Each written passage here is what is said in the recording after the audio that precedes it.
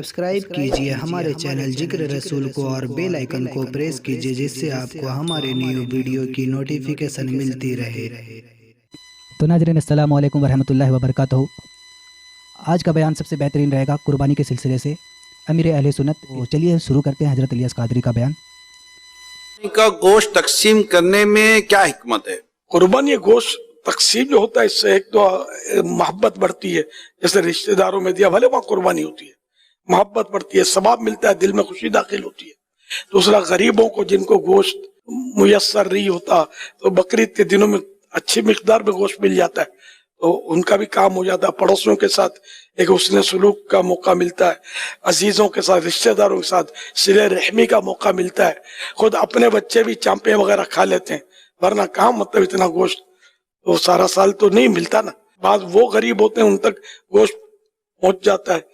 एक ईसाई भाई का मुझे बताया था ईसाई भाई ने कि वो बेचारे इनकी आमदनी इतनी कलील है कि हम सिर्फ बकरीद में गोश्त खाते हैं, तो वैसे गरीबों तक भी उनका फायदा हो जाता है ना इस बहाने। अब यह कि जिन गरीबों तक नहीं पहुंचता, गरीबों तक पहुंचाने की तो ज़ाहिर है कि मुख्तलिफ इदारे कोशिशें बेचारे कर रहे होते हैं, जिसमें FGRF दावत इस्लामी का भी इदारा है, ये भी गोश्त तकसीम करता है। हम तो बरसों से दावत इस्लामी गोश्त तकसीम करने की कोशिश करती है, लेकिन ज़ाहिर है कि 100% हर एक तक पहुंचे ये जरूरी नहीं है। अस्सायु मिन्नी वल इत्मामु मिनल्लाह, कोशिश मेरी तरफ से, तकमील अल्लाह की तरफ से, अल्लाह पूरा करेगा।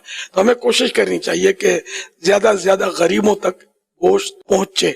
आम जो गरीब होते हैं ना वो तो इधर उधर हाथ पैर मार के जमा कर लेते हैं, और इतना जमा कर लेते हैं कि हो सकता है कि बेचते भी हों, होटलों को सप्लाई भी करते हों, क्वालिटी होती है लोगों की। तो अच्छा, और कई सफेद पोश ऐसे होते हैं कि जो बोलेंगे कुछ भी नहीं, इन बेचारों की मतलब सब्जी पकेगी या मतलब ये क्या है, बच्चे इंतजार ही कर रहे होते हैं गोश्त मिले और हम भी खाएं। ऐसे सफेद पोश ढूंढ कर देना ये बड़े सवाब का काम है, ये बड़ी दिल से दुआएं निकलेंगी। बेचारे बोलते नहीं है, हमारे पास नहीं है। पड़ोस में नजर करें, रिश्तेदारों में नजर करें, इससे आपको शायद हो सकता है कि नजर आ जाए। सादात किराम का जरूर ख्याल रखा करें, इनकी खिदमत में नजर किया करें। बुला कर देना ये नहीं, जाकर इनको नजर करें, इनका एहतराम इसी में। भरपूर कोशिश की जाए कि जैसे गोश्त कटना शुरू हो ना तो बटना भी शुरू हो जाए, नहीं पूरा कटे, अपनी मर्जी की बोटियां फ्रिज में जाएं, फिर फेंकने की बोटियां या अड्डे अब ये बांटो, तो ये कुर्बानी नहीं है ना, ये तो नफ्स की मानी है आपने। कुर्बानी तो ये कि इसमें जो बेहतरीन बोटी हमें पसंद है हम राय खुदा में दे दें, ये कुर्बानी। तो कलेजी है, दिल है, गुर्दा है, भेजा है, ज़हर नसीब सबके 3 हिस्से हों, ये नहीं हो सकता।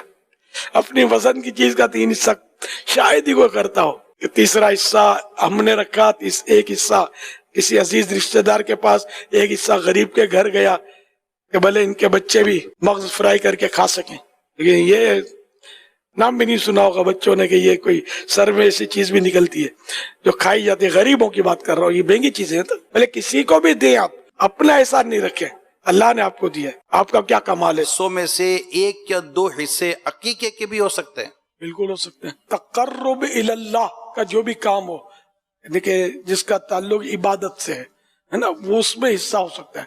तो ये भी इबादत से ताल्लुक है, अकीका का भी, तो इसका हिस्सा भी हो सकता है।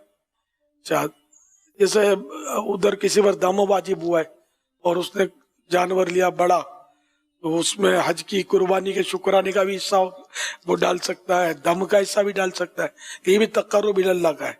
हाँ, अगर दुनियावी मकसद है, मिसाल के तौर पर किसी होटल वाले ने कहा कि भाई अब बड़ा जानवर है, 7वां हिस्सा मेरा रख लेना, गोश्त मुझे 7वें हिस्से का दे देना, ये लो पैसे, तो अब कुर्बानी किसी की भी नहीं होगी। कि ये जो गोश्त ले रहा है होटल वाला जो अपने बेचने के लिए, कारोबार के लिए, तो ये तकर्रुब इल्लाह का काम नहीं है, इसलिए कुर्बानी फिर किसी की नहीं होगी। वालिदा पिछले 24 साल से ज़कात के निसाब के बराबर माल रखती हैं। ला इल्मी की वजह से उन्होंने पहले कभी कुर्बानी नहीं की थी। मेरे वालिद अपनी कुर्बानी करते थे, अब क्या मेरी वालिदा को 24 बकरियों की कीमत के बराबर रकम सदका करनी होगी, और क्या बकरी की कीमत गुज़िश्ता सालों के मुताबिक होगी या मौजूदा वक्त के मुताबिक? बकरी की कीमत ही देना होगी 24 सालों की, और हर साल की कीमत का एतबार होगा।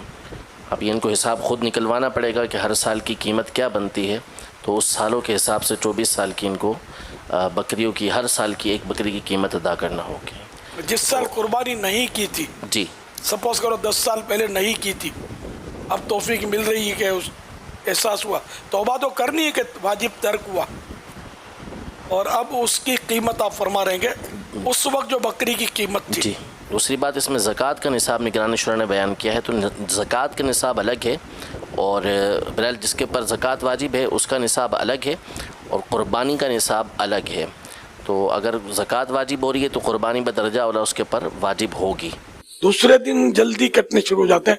اب یہ کہ گوشت فروش ایک تو قصاب جو ہے یہ ملتا نہیں ہے، یہ پکڑ لیتے ہیں، آتا جاتا جو ہوتا ہے نا، جو ستلی نہیں کاٹ سکتے وہ گلا کیسے کاٹیں گے، وہ پھر وہ دوپہر تک لگے ہوتے ہیں، موٹی ہڈی کا بھی قیمہ بنا رہے ہوتے ہیں۔ یہ ہوتا تو یوں بھی لیٹ ہو جاتا ہے۔ ماہر جو ہو اس کی خدمات لی جائے، پہلے سے ان کی بکنگ بھی ممکن ہے، لیکن یہ بھی الٹا لٹکاتے ہیں، سیدھا نہیں، ذبح کیا ادھر بھاگے ادھر بھاگے، آپ انتظار کرتے رہے۔ اس میں یہ کہ پہلے اس سے بات ہو جائے کہ پہلے ہمارا کام، یہ ہاں بول دیں گے، یہ پھر بھی بھاگ جاتے ہیں۔ یہ تو ایک سال اس کو ٹرائی کیا، اس کو ٹرائی کیا، کبھی تو کوئی تو اچھا آدمی ہوگا کہ نہیں معاشرے میں جو آپ کا کام کر کے دوسری جگہ جائے گا، یا ایک بچہ چھوڑ دیتے ہیں نا، اب وہ بیچارہ وہ سیکھتا رہتا ہے، کھال کو چھلنی بناتا رہتا ہے، ادھر کٹ مارا ادھر ٹک مارا، اور لوگوں کو اس کی سمجھ شاید پڑتی نہیں ہے کہ ایک بھی کٹ لگ گیا کھال میں اس کا دام گر گیا۔ کٹ نہیں لگنا چاہیے۔ یہ اپنا جو کرتے ہیں نا، اپنا بیچنے والا، یہ ٹک نہیں لگے گا ان کا، اتنی احتیاط کریں گے۔ لیکن یہ قربانی کے مال میں یا دوسروں کی بھی جب شادیوں میں وغیرہ جانور کاٹے پھر پرواہ نہیں ہوتی، اتنا گوشت چلا جاتا ہے، اتنا گوشت پھینک دیتے ہیں، حالانکہ پونچھڑی پھینک دیتے ہیں، حالانکہ یہ پونچھ جو بڑے جانور کی ہوتی ہے نا، اس کا گوشت یہ بیچتے ہیں۔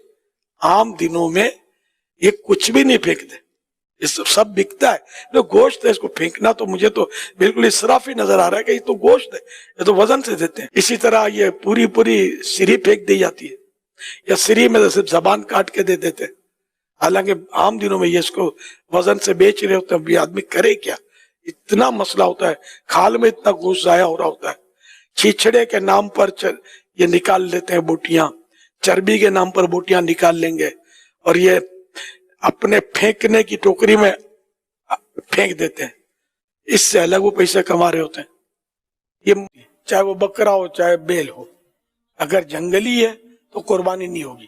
اب وہ جو پہلا تو بڑا ہونے کا وحشت والا اس کا، لیکن اب صرف یہ دیکھ کر ایسا کوئی میرے پاس تجربہ تو ہے نہیں کہ میں کہہ دوں کہ یہ جنگلی ہے۔ اور یہ جو بکرا یہ تو جنگلی نہیں لگ رہا، جنگلی کے مقابلے میں ہم اس کو دیسی کہہ دیں، گھریلو کہہ دیں۔ یہ بڑے بال والا جو سفید بکرا تھا دیکھنے میں گھریلو لگ رہا ہے، تو وہ اپنے مطلب مختلف ملکوں میں مختلف انداز ہوتے ہیں۔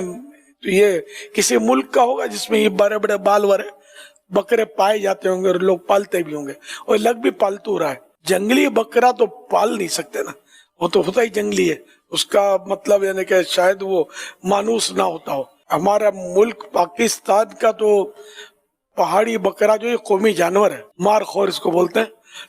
مار خور کے لفظی معنی ہوتے ہیں سانپ کھانے والا، تو عین ممکن ہے وہ سانپ کو کھا جاتا ہو، وہ جنگلی بکرے کی قربانی نہیں ہوتی۔ تو ناظرین آپ سمجھ گئے ہوں گے کہ قربانی کا مسئلہ جو بھی تھا حضرت نے بتا ہی دیا۔ تو احتیاط برتے، قربانی میں جو بھی کچھ ہو جو اس سے منع کیا گیا وہ ان سے احتیاط برتے، اور اسی طریقے کے ویڈیو ہمارے چینل پہ آتے رہیں گے جو آپ کو فائدہ کرے، آپ کو نالج، آپ کی نالج کو بڑھائے۔ تو ہمارے چینل کو سبسکرائب کریں اور ویڈیو کو لائک کریں، شیئر کریں، لوگوں تک پہنچائیں۔ السلام علیکم ورحمۃ اللہ وبرکاتہ۔